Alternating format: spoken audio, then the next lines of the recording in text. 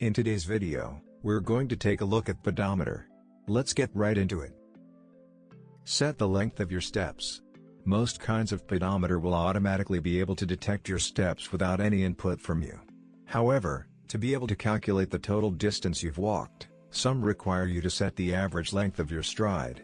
If you're unsure of whether your pedometer requires this information, consult its operating manual. To find your average step length, grab a tape measure, start walking in a straight line, stop suddenly at a random step, like, for instance, step number 7, and measure the distance between the heels of your feet. No two models of pedometers are exactly alike, so the way you input your average step length for one may not be the same as for others.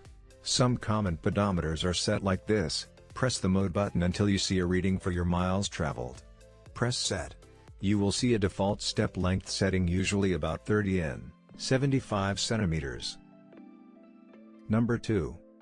Fasten the pedometer on. Pedometers count your steps by recording the number of times they feel a shake or bump that occur throughout the day. Usually, these happen with each step you take, so the number you see on your pedometer is usually a good measure of how many steps you've taken. Because pedometers work this way, for a pedometer to be able to count your steps, it has to be attached to your clothes or body.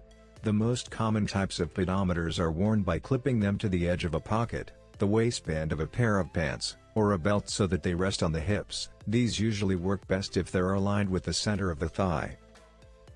In this case, the pedometer is usually secured exactly like a wristwatch.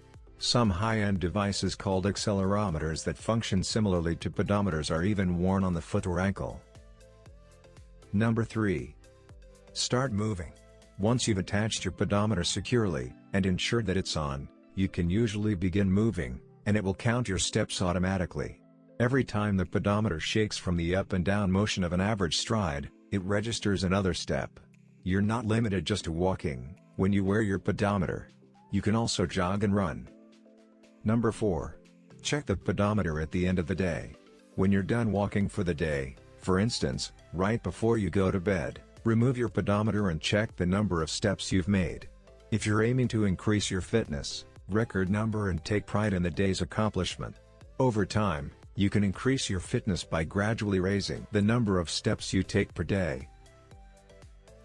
Number 5. Repeat every day. Over the next few days, get into the routine of putting your pedometer on once you start moving, and taking it off before you get into bed. Record or make note of each day's results. These simple actions are all you need to do to start a record of your daily step counts. Once they become a habit, you should barely even notice your pedometer while you wear it. Number 6. Set regular goals. Many people start wearing pedometers as part of an effort to get in shape. In these cases, it's usually easiest to get motivated to take more steps by setting small, clearly defined goals for yourself. These goals should provide some increasing level of challenge from week to week, but should be completely within your grasp. Many walking resources recommend that increasing your pace by about 500 steps per week is a reasonable fitness goal. In other words, you'd aim to walk about 3,500 steps per day during your first week, 4,000 during your second, and so on. Number 7. Set ambitious long-term goals. It's not practical to simply increase your step count each week forever. At some point, most people want to find a sustainable level of activity that meets their fitness needs, and can be easily balanced with their other work and life obligations. This should be your long-term goal. Give yourself plenty of time to achieve this by slowly ramping up your step counts from week to week. Number 8. Keep a journal of your daily results. To track long-term progress, it's a wise idea to keep track of your daily pedometer counts in a step journal. Once you've accumulated a few months' worth of data, it's easy to see the changes you've made. You can even make a line graph to get a visual representation of your progress. Number 9. When in doubt, consult your doctor.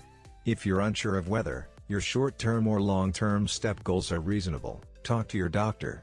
Only a trained medical professional will be able to tell you exactly what sorts of exercise are right for you, based on your unique medical history. If you have a medical condition that affects the level of exercise you can perform, like, for instance, heart disease. Consult with your doctor before you start using a pedometer. Number 10. Walk at a brisk pace.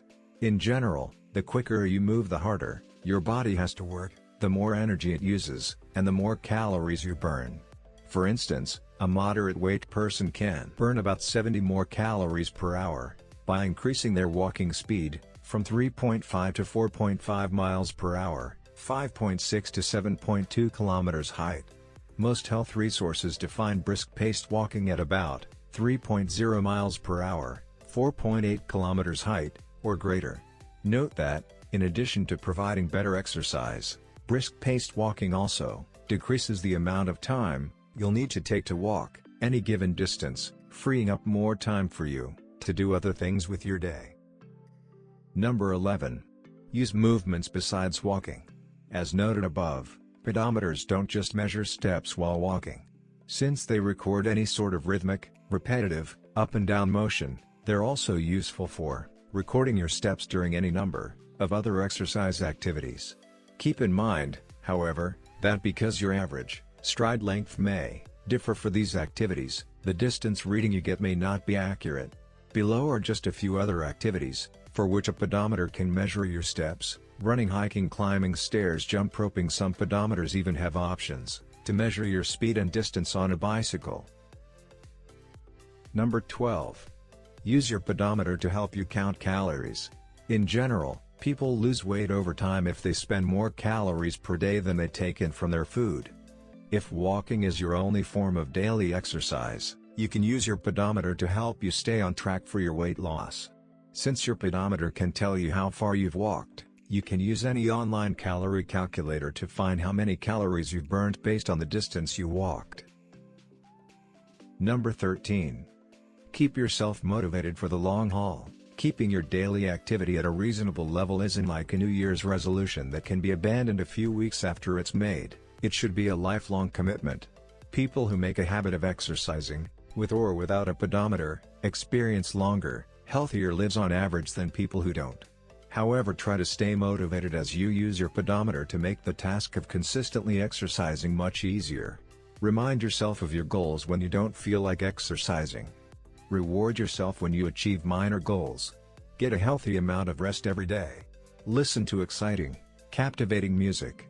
Watch inspirational movies. Take occasional breaks from your fitness routine. Tell other people about your goals. Thank you for watching. If you like this video, please click like button and subscribe to our channel. If you have comments or questions, please leave it in the comments section below. For more information, please check out the links in the description.